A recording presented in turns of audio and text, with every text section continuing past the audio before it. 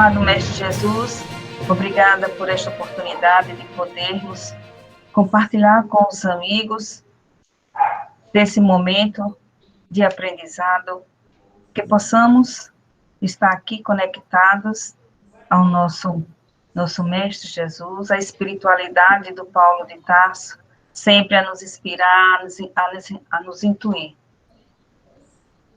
Que possamos ter uma palestra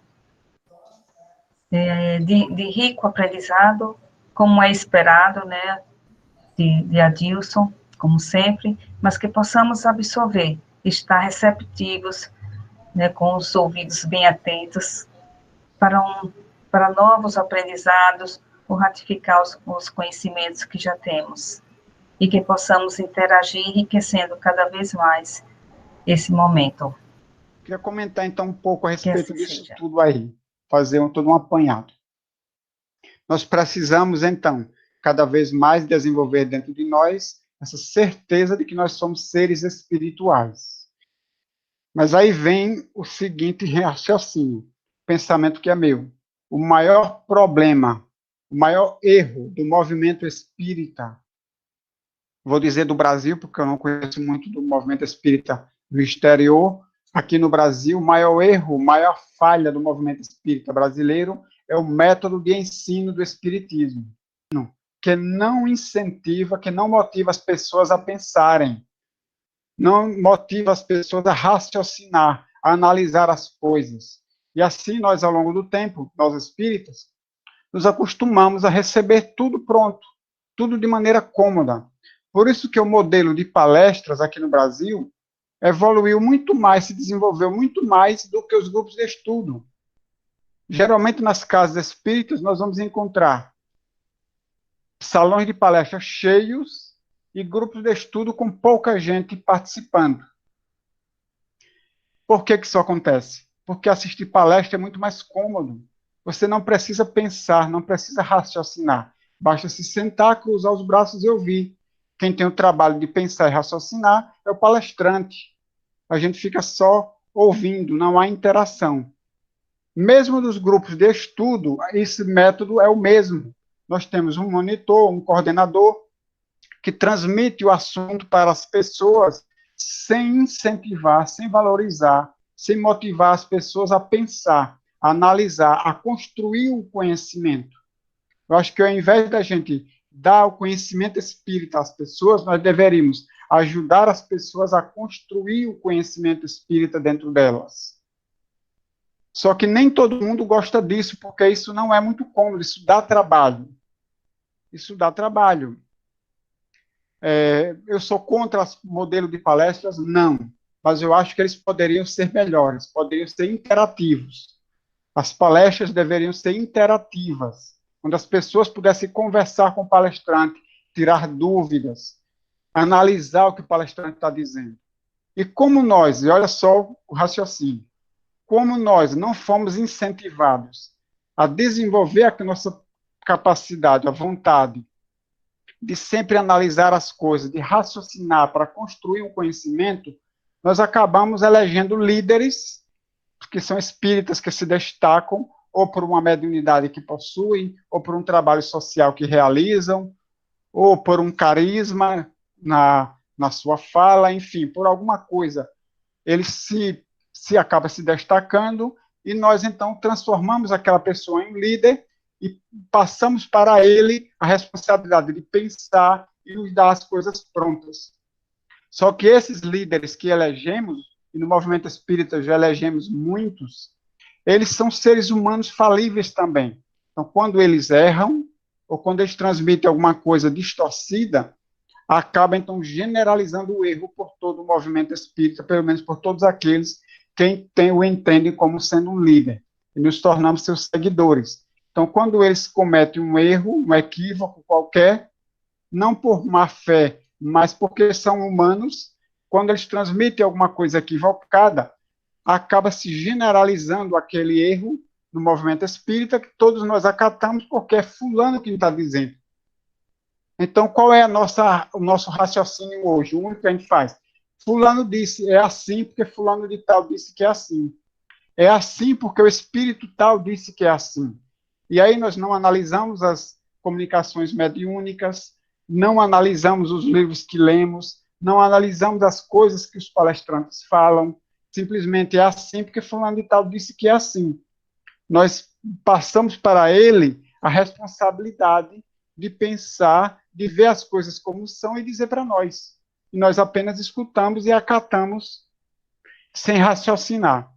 Só que aí a nossa fé não se torna uma fé sólida, nem uma fé raciocinada, porque ela não é baseada na razão, é baseada no ouvir dizer. Fulano disse, então eu acredito que é assim, porque ele disse que é. Por isso que é tão importante a gente desenvolver o conhecimento, o raciocínio, que nos leve a entender, a desenvolver essa certeza cada vez maior que nós somos seres espirituais, que nós somos espíritos. E quando nós tivermos essa certeza dentro de nós cada vez mais forte, a nossa vida, a vida na sociedade mudará cada vez mais. O paradigma que hoje é seguido pela sociedade, que é o paradigma materialista, será substituído pelo paradigma espiritual. Não na teoria, mas na prática, nas organizações sociais, na vida, na educação das pessoas. Enfim, será o modelo que será seguido pelas pessoas no nosso planeta Terra. Se fala muito em transição planetária hoje no meio espírita, e essa transição ela só acontecerá, só sairemos dessa transição, aliás, quando nós realmente implantarmos na Terra a ideia, o paradigma da imortalidade da alma, que nós somos seres imortais, nós passarmos a viver no planeta Terra de acordo com essa ideia de que nós somos seres imortais. Não é viver sem as coisas materiais, que nós precisamos delas para viver na matéria. O homem desenvolveu a civilização, ele precisa então de uma casa, ele precisa de roupas, ele precisa de alimentos compatíveis com seu corpo físico, com sua necessidade física, enfim, ele precisa das coisas materiais. Ele precisa se dedicar a um trabalho que lhe dê um rendimento, que eu faça, lhe dê condições de adquirir as coisas que ele precisa. Então, não é a gente viver fora das coisas materiais, é viver dentro das coisas materiais, porém, valorizando o ser espiritual que nós somos. Valorizar as coisas do espírito, muito mais do que as coisas da matéria. Nos desprendermos das coisas materiais não é abandonar as coisas materiais, é nos desprender mesmo, vivermos mais de acordo com a ideia, com a noção de imortalidade da alma, do que de imortalidade do corpo físico. Falando em transição, queria mostrar para vocês aqui um livro, que eu acho que vale muito a pena ser lido, que é este aqui, ó. O Ponto de Mutação, do físico Fritjof Capra. Fritjof Capra, ele escreveu esse livro na década de 80 do século XX. O Ponto de Mutação.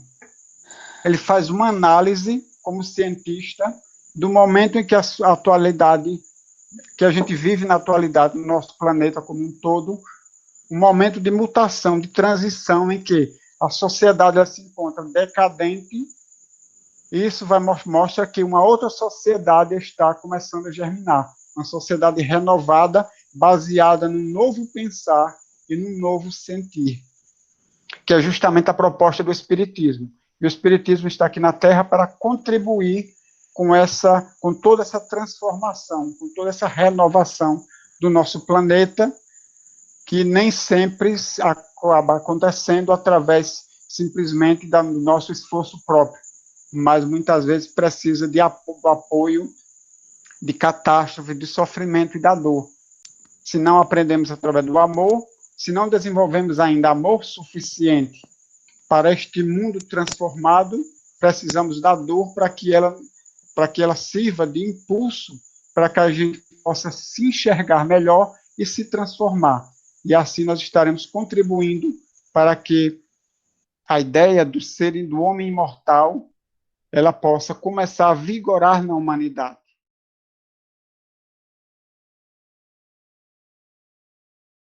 Apenas a Adriana escreveu: acredito que alguns têm medo não da morte em si, mas de como ficará os que ficam, principalmente aqueles que dependem da gente.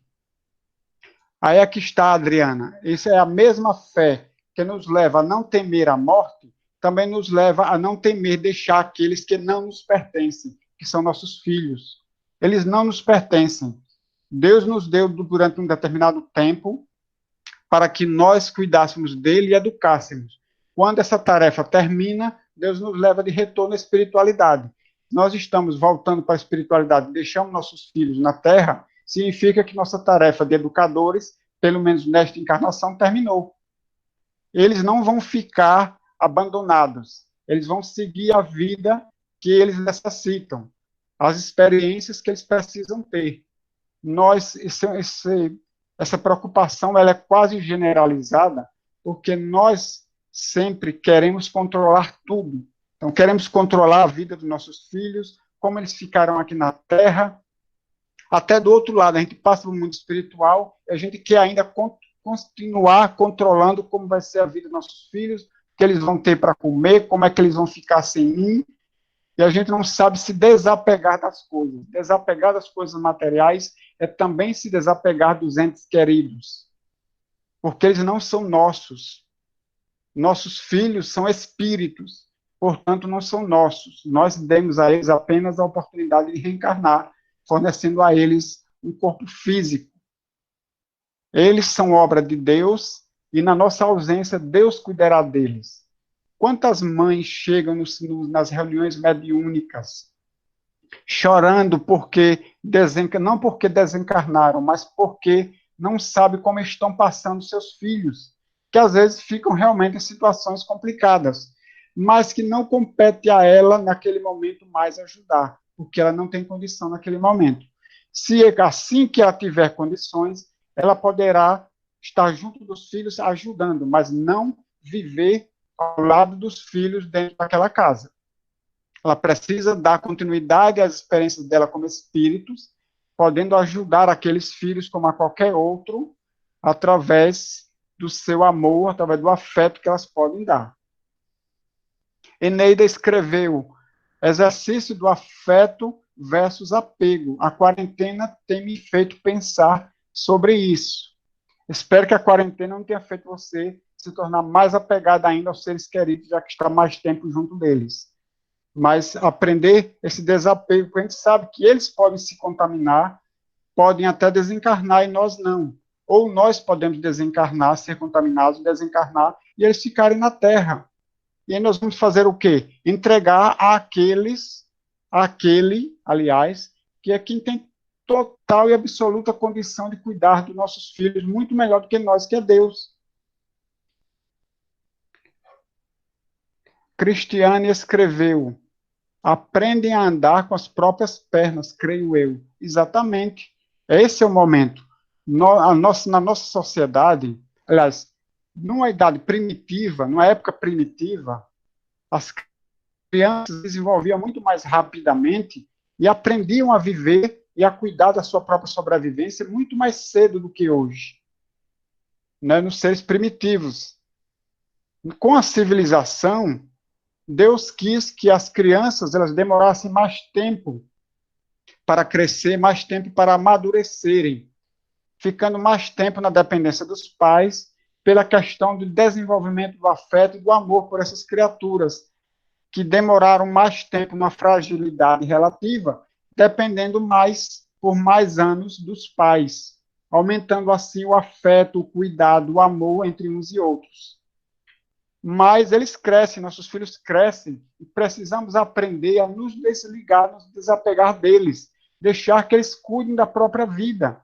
Muitas vezes o filho tem 30 anos de idade, e o pai e a mãe, para o pai e a mãe, isso é natural, é normal, ele vai sempre achar que é uma criança. É sempre o meu filhinho, a minha filhinha, com 30 anos de idade. Mas disso para a mãe ou o pai achar que aquele filho de 30 anos, que você deve dizer qual é a roupa que ele tem que usar, qual o lugar que ele pode ir, que horas ele pode retornar para casa, isso já é apego, já é querer estender um controle muito mais além da necessidade, até porque os filhos precisam, assim como os pássaros, desenvolver as asas, fortalecer essas asas para alçarem seus voos próprios. Nós precisamos nos desapegar dos nossos filhos e deixar que eles voem, porque eles são espíritos, precisam passar pelas experiências deles, aprender a fazer as escolhas corretas. E como é que eles vão fazer isso se a gente é quem escolhe por eles? Se a gente quer ditar todas as regras, mesmo quando eles já têm condições, capacidade de decidir por si mesmos. Então, quando os filhos crescem, formam seus lares ou continuam solteiros, enfim, mas nós precisamos deixar que eles tenham suas experiências próprias, que aprendam a voar com as próprias asas, para aprender, como o Cristiano disse, aprender a andar com as próprias pernas, tomar suas próprias decisões, seja errando, seja acertando. E nós, pais, vamos fazer o quê? Ficar só olhando? Não. Damos o apoio. Quando eles precisarem, estaremos ao lado, dando o apoio, dando a ajuda, motivando eles a seguir o caminho certo, orientando, mas deixando que eles tomem a decisão de suas próprias vidas, porque assim eles vão ter a oportunidade de crescer e se desenvolver. Bom, tem mais comentários aqui. Matheus Henrique escreveu, falou sobre o método de ensino do Espiritismo aqui no Brasil. Será que a gente, muitas vezes, não trazemos dogmas de outras religiões mais antigas? Isso mesmo. Sabe por quê, Matheus? Nós, quando vamos assistir uma palestra espírita, é muito semelhante a como a gente vai assistir uma missa católica ou um culto evangélico. A gente se senta, cruza os braços e fica ouvindo o pastor ou o sacerdote falar. Ele é quem estudou, ele é quem pensou e analisou e transmite para nós. E nós não, como nós nos acomodamos, não fomos treinados, motivados a pensar, preferimos permanecer de braços cruzados só ouvindo. E não questionamos nada e tomamos tudo que é pior. Tomamos tudo que ele diz como sendo certo. Não, mas é assim que o palestrante falou que é.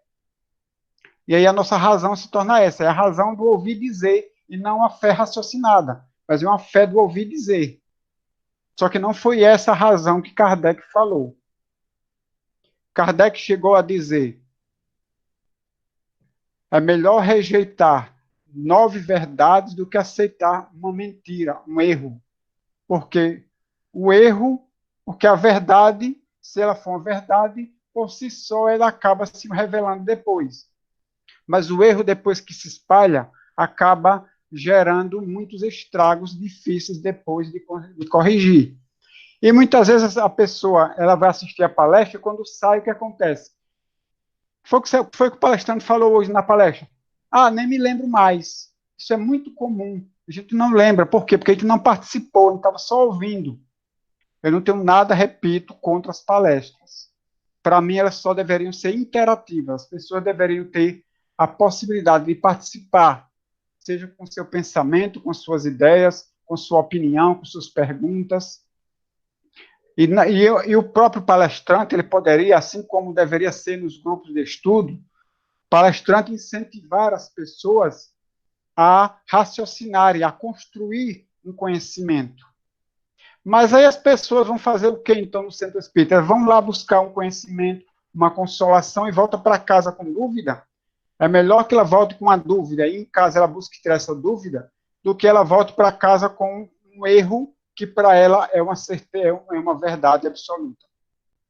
E isso nós aprendemos, nós trazemos muito isso das igrejas tradicionais, é verdade, das outras religiões, onde nós íamos para a missa, íamos para o culto evangélico, e depois voltávamos para casa dizendo, cumpri a minha obrigação de cristão, assisti ao culto, assisti à missa da semana, voltei para casa com minha obrigação. Vamos ver aqui o que tem mais. Adriana ainda escreveu, existem estratégias de ensino, metodologias ativas, que caberia bem nos grupos de estudos. É difícil convencer o pessoal mais conservador, mas acredito que seria interessante tentarmos. Isso é o que tenho procurado fazer, viu, Adriana? Pelo menos nos grupos que eu coordeno, nas aulas que eu ministro, eu procuro sempre incentivar a interação das pessoas. E procuro sempre instigar as pessoas a elas construírem um conhecimento, para elas poderem acabar se interessando pelo estudo, pela capacidade de pensar. No Paulo de Tarso, um método que nós instituímos no grupo de estudo foi o método do grupo de discussão. Como é que ele funciona? Você estuda o assunto em casa e no grupo você não lê aquilo que foi lido em casa. No grupo você vai discutir as ideias que estavam contidas no que foi lido. Só o que é que acontece? Às vezes o grupo começa cheio e termina com pouca gente. Por quê? Porque isso dá trabalho. Você tem que toda semana ter a obrigação de ler em casa, de estudar, fazer anotações, de levantar dúvidas, de anotar, para poder discutir durante o encontro, durante a reunião. E muita gente não quer fazer isso. Prefere ir para o centro espírita, sem ter nenhum trabalho em casa para ir para escutar a palestra, que o palestrante teve o trabalho de preparar. Eneida disse assim, em muitos cursos não é permitido falar por conta de tempo. Palestra é a mesma coisa. Aí é que está.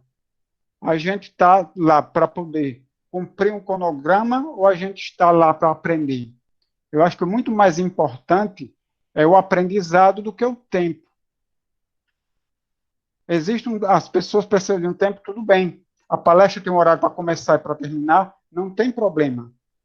Mas isso não significa que a palestra não possa ser interativa. Nós já tivemos no Paulo de Tarso palestra presencial interativa. O palestrante falava só meia hora, o restante do tempo eram perguntas e respostas, numa palestra. Então, isso é possível de se fazer, sim. Tem cursos que não é permitido falar, realmente tem. Muitas vezes o palestrante ele tem medo de ser de ser, como é que é a palavra? Contradito, é isso? Ele tem medo de ser contradito por alguém, ele tem medo de alguém fazer uma pergunta que ele não saiba responder. Mas a ideia não é o palestrante ou o coordenador do curso mostrar que sabe tudo. A ideia é ele ajudar as pessoas a construir, junto com ele próprio, um conhecimento. Essa é a ideia. Erna Barros, um abraço, minha querida Erna. Que bom lhe ver por aqui. E todos os demais também. Erna escreveu o seguinte: quando as pessoas, inclusive nós espíritas, falamos perder alguém em consequência da morte física, para muitos a referência é a perda no campo daquilo que é tangível. Exatamente, no corpo físico. Perder o contato, perder o abraço, perder os momentos juntos, perder o colo. A dor da perda é válida, instrumento de crescimento, de desapego. Mas a fé não é abalada quando há a certeza do reencontro da vida. Eu concordo com você, Erna. Concordo com você. O sentimento existe, mas não precisa ser de perda, até porque a gente não perde o contato com aqueles que já passaram para a vida espiritual. Nós podemos nos encontrar com eles e dar um abraço, conversar com eles durante os momentos do sono, mas nem sempre. Muitas vezes eles podem estar ao nosso lado sem que a gente veja. Então, como a gente tem realmente essa referência do corpo físico, a gente tem como referência o corpo. Verdade. E aí diz, eu perdi porque eu não estou mais vendo, não estou mais tocando nessa pessoa, não posso mais abraçar, não posso mais ver. Mas quando nós tivermos a convicção de que somos espíritos, a nossa referência não vai ser mais o corpo, vai ser o espírito. Eu não vou mais dizer perdi meu filho. Eu vou levar em conta o espírito que ele é e que eu sou. Eu não vou dizer perdi meu filho, eu vou dizer meu filho se libertou. Meu filho voltou ao mundo espiritual. E daqui a algum tempo eu vou reencontrá-lo lá ou poderei encontrar ele em outros instantes, mesmo estando ainda aqui no corpo físico. A dor, ela acontece porque a dor da saudade, né? E isso, mesmo a saudade, que no momento atual é muito válida, porque a saudade é o sentimento para com alguém que eu gosto. Então, logicamente, sentir saudade, assim como a gente sente saudade de todos vocês, por não estarmos próximos fisicamente, sentimos saudade daquele que partiu para a vida espiritual. Mas não quer dizer que vamos sofrer com isso. Quando meu pai desencarnou, eu derramei lágrimas em diversos momentos, lágrimas de emoção, por me lembrar do exemplo que ele deu de honestidade, de trabalho, de vida correta. Me emocionei diversas vezes pensando na pessoa que ele foi, mas não derramei uma lágrima sequer porque ele tinha nos deixado, até porque eu acho que ele nunca nos deixou, ele continua vivo, amando a todos nós e nós também amando a eles, apesar de separados pela dimensão diferente que nos encontramos um do outro. Marcela Colotti, seja em palestra ou em curso, precisamos exercitar a vontade de conhecer, e conhecer para se transformar. Quando o palestrante cita um autor ou obra, dificilmente vamos atrás desse autor ou obra para ler e utilizar o conhecimento para favorecer nosso amadurecimento. Bom, eu não sei, eu citei o livro O Ponto de Mutação, de Fritjof Capra. É um livro científico, nem todo mundo gosta dessa linguagem, de ler nessa linguagem, não é um livro espírita, é um livro de física. Aliás, é um livro de física, não, é um livro escrito por um físico. Espero que vocês leiam, é muito interessante para quem gostar dessa linguagem. É um livro muito interessante que faz essa análise sobre o momento em que a sociedade mundial está vivendo. É interessante que as pessoas desenvolvam a vontade de conhecer, mas é também importante que aqueles que estão à frente de estudos, aqueles que são palestrantes, que estão à frente de grupos de estudo, que incentivem e motivem, até com o próprio exemplo, as pessoas a estudarem também.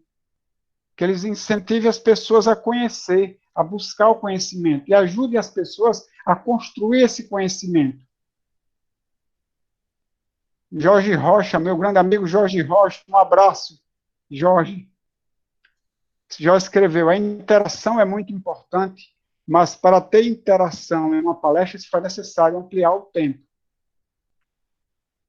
Bom, se for preciso ampliar, se é necessário ampliar o tempo, eu não sei, teria que se ver isso aí. Mas, como eu disse, nós já tivemos no Paulo de Tarso uma palestra interativa presencial e ela tinha a duração de 1 hora, era 30 minutos de palestra, e os outros 30 eram interativos, eram perguntas e respostas.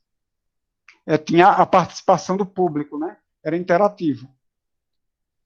Então, eu creio que é possível se fazer sim. A grande dificuldade, talvez, seja encontrar palestrantes que queiram participar desse tipo de palestra, né? Que queiram dar palestra dessa forma, que queiram encarar um público que vai lhe fazer perguntas, que vai discutir ou até mesmo discordar dele. Seria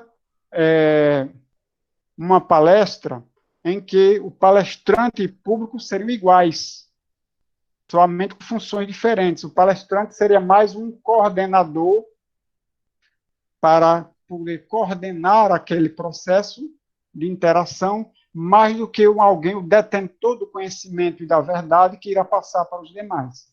Porque muitas vezes é essa sensação que a gente tem, que o palestrante, ele fala sozinho, ele está lá em cima do púlpito. Ele é o dono da verdade, ele é o detentor da verdade, e nós estamos aqui embaixo como réis mortais, apenas para ouvir e aprender com aquele que sabe.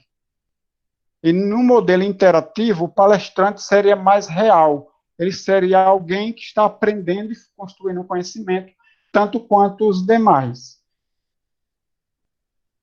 Bom, gente, não tem mais, eu li todas as colocações de vocês aí.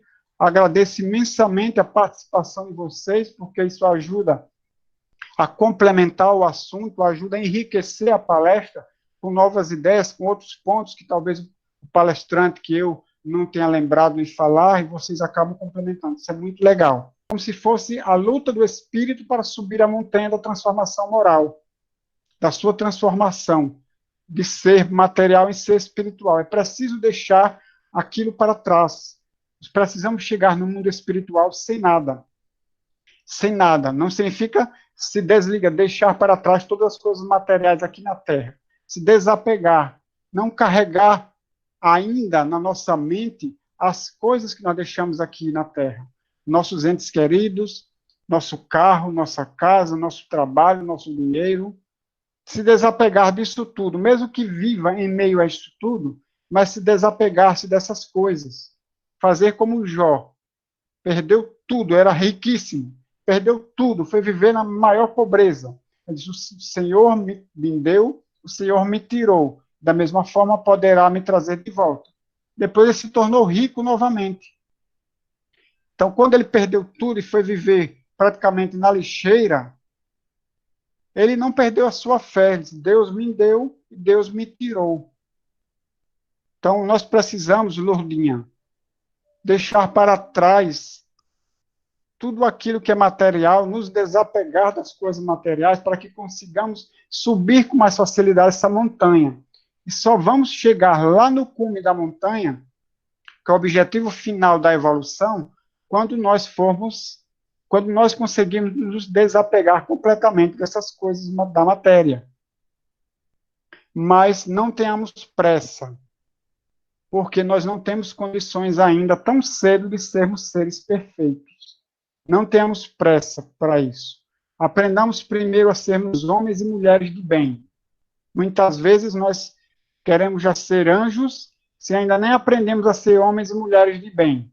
Basta ver a relação que consta lá nesse texto do Evangelho segundo o Espiritismo. Uma relação enorme de coisas, e Kardec ainda diz, isso aqui não é tudo, mas quem conseguir fazer isso aqui já estará num bom caminho. Ou seja, é muito mais do que aquela lista imensa que Kardec relacionou para sermos homens e mulheres de bem. Então, foquemos nisso no momento. Sermos um pouco melhores a cada dia. Buscarmos nos conhecer e buscarmos cada vez mais fortalecer dentro de nós a convicção de que nós somos seres espirituais. Quanto mais nós estivermos convictos disso, mais forte será a nossa fé no futuro, nas coisas espirituais. Menos a gente sofrerá com as coisas da matéria, menos nós sofreremos com a morte dos entes queridos, nosso sofrimento será menor, como dito naquele slide que nós lemos no início da nossa palestra. Tudo aquilo que pertence ao espírito é nossa propriedade. O que não pertence ao espírito é apenas empréstimo que em determinado momento teremos que devolver a Deus. Bom, gente, agradecemos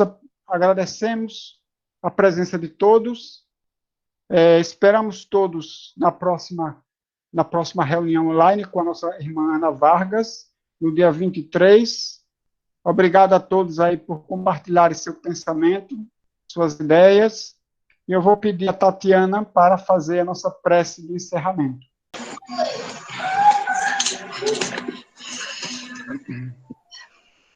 Deus, Pai de infinito amor e bondade, nós te agradecemos por mais essa oportunidade de estarmos juntos, mesmo que através da internet.